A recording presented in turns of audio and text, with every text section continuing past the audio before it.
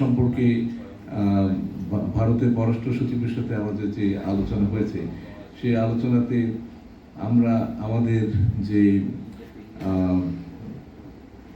আমাদের দিক থেকে যে বক্তব্য সেটা তাকে বলেছি, সেটা হচ্ছে এই যে তিনি ভারতে বসে যে সমস্ত বক্তব্য দিচ্ছেন সেটা আমাদের অন্তর্বর্তীকালীন সরকার পছন্দ করছে না, এবং এটা যাতে তাকে কনভে করা হয়।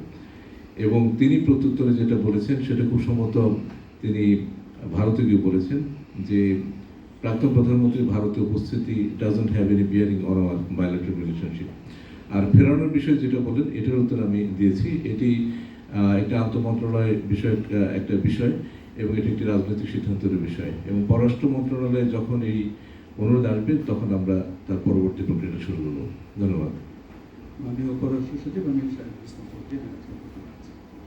মিয়ানমারের রাখাইন পরিস্থিতি বিষয়ে আপনি জানা আছে, সেখানে যে 271 কিলোমিটার দীর্ঘ সীমায়, সেখানে মিয়ানমারের রাষ্ট্রীয় বাহিনী এখন আর নিয়ন্ত্রণে নেই। আপনার পুরোপুরি নন স্টেট একটা মিলিটারি ফোর্স সেটা নিয়ন্ত্রণ করছে। এই বিষয়টি আমরা মিয়ানমারের সঙ্গে বলেছি কিনা, বা আমাদের রাষ্ট্রীয় অবস্থা কোন বিষয়টা? রাখাইনের 271 কিলোমিটার যে এখন নন স্টেট একটা ফোর্স নিয়ন্ত্রণ করছে আরাকান, এই বিষয়ে আমাদের অবস্থানটাকে আমরা মিয়ানমার খুলেছি। এটা আপনারা জানেন যে মিয়ানমার এখন যা হচ্ছে সেটা খুবই একটা ইভলভিং একটা সিচুয়েশন। আপনাকে এটা বলতে পারে যে এই সিচুয়েশন আমরা আমাদের নজর রাখছি। বিশু একটা কোশ্চেন।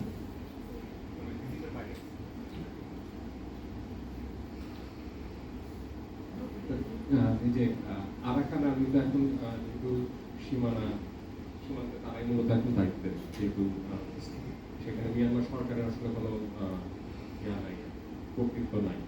সো আরাকান আর্মির সাথে আমাদের আসলে কোনো ধরনের, বা যারা এখন এখানে দায়িত্বে আছে তাদের সাথে আমাদের কোনো ধরনের কোনো যোগাযোগ হয়েছে কিনা, এটা একটা বিষয়। ছোট্ট আরেকটা বিষয় জিজ্ঞেস করার ছিল, সেটা হচ্ছে গিয়ে যে পররাষ্ট্র মন্ত্রণালয় আগে বলেছিল যে যেহেতু ভারতের সাথে আমরা এখন পর্যন্ত জানতে চাই নাই শেখ হাসিনার স্ট্যাটাসটা কি, বা তারা আমাদেরকে বলে নাই। তো এই যে মিটিংটা হলো, সেই মিটিংয়েও কি আপনারা জানতে চেয়েছিলেন নাকি জানতে চান? শেষের প্রশ্নটা বলি। প্রাক্তন প্রধানমন্ত্রী সম্পর্কে আমি এর আগে যে প্রশ্নের উত্তরে যে উত্তরটা দিয়েছি সেটি হচ্ছে আলোচনার বিষয় ছিল, এর বাইরে কিছু নয়। দ্বিতীয়ত, আরাকান আর্মির সাথে আমাদের যোগাযোগ বিষয়ে কিংবা নন স্টেট অ্যাক্টর সম্পর্কে আমাদের যোগাযোগ বিষয়ে যে প্রশ্নটা করেছেন, এটার আমি সাধারণ একটা উত্তর দিতে চাই।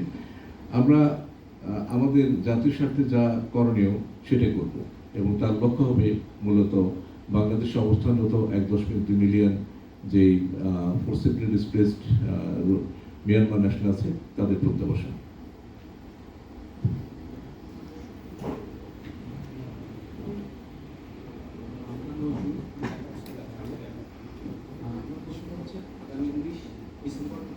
থাইল্যান্ডের আয়োজনে একটা মানে একটা বৈঠক অনুষ্ঠিত, সেখানে ভারত থাকছে, চীন থাকছে।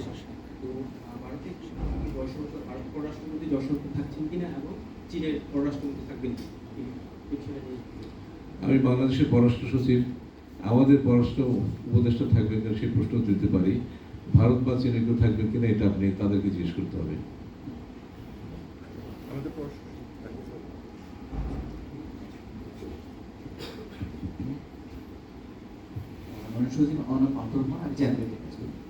আমার প্রশ্ন হচ্ছে যে আমরা দুদিন আগে দেখলাম যে আমাদের জলসীমা থেকে ভারতের একটি শিপ আমাদের একটি শিপকে নিয়ে গেল, এবং তারপরে কিছু বিতর্কিত ছবি তুলে পোস্ট করা হয়েছে। তারপরে আমরা আসলে কি করেছি? আমরা কি কোনো প্রতিবাদ জানিয়েছি, বা আমরা তাদের কাছে জানতে চেয়েছি বিষয়টা কেন? এটা একটা প্রশ্ন। এইটার আসলে মানে জলসীমার ক্ষেত্রে লঙ্ঘন করলে আসলে কি ধরনের প্রক্রিয়ার মধ্যে যায়, এটা আসলে জানা নাই বলে আপনি যদি ওইটা মিলিয়ে যদি বলেন তাহলে সত্যি। জলসীমা ক্রস করলে কি ধরনের আন্তর্জাতিক আইন সহ আমরা সেই জায়গা থেকে শুরু করে আমরা প্রতিবাদে সেইগুলো উল্লেখ করেছি, যদি প্রতিবাদ করি। এই বিষয়ে আমরা ভারতের সাথে যোগাযোগ করেছি, এবং এ বিষয়ে আলাপ আলোচনা চলছে। আমাদের যারা ভারতীয় কর্তৃপক্ষের হাতে আছে তাদেরকে ফিরিয়ে আনার জন্য, এবং আমাদের প্রত্যাশা যে আলাপ আলোচনার মাধ্যমে আমরা তাদেরকে শীঘ্র দেশে ফিরিয়ে আনতে পারবো।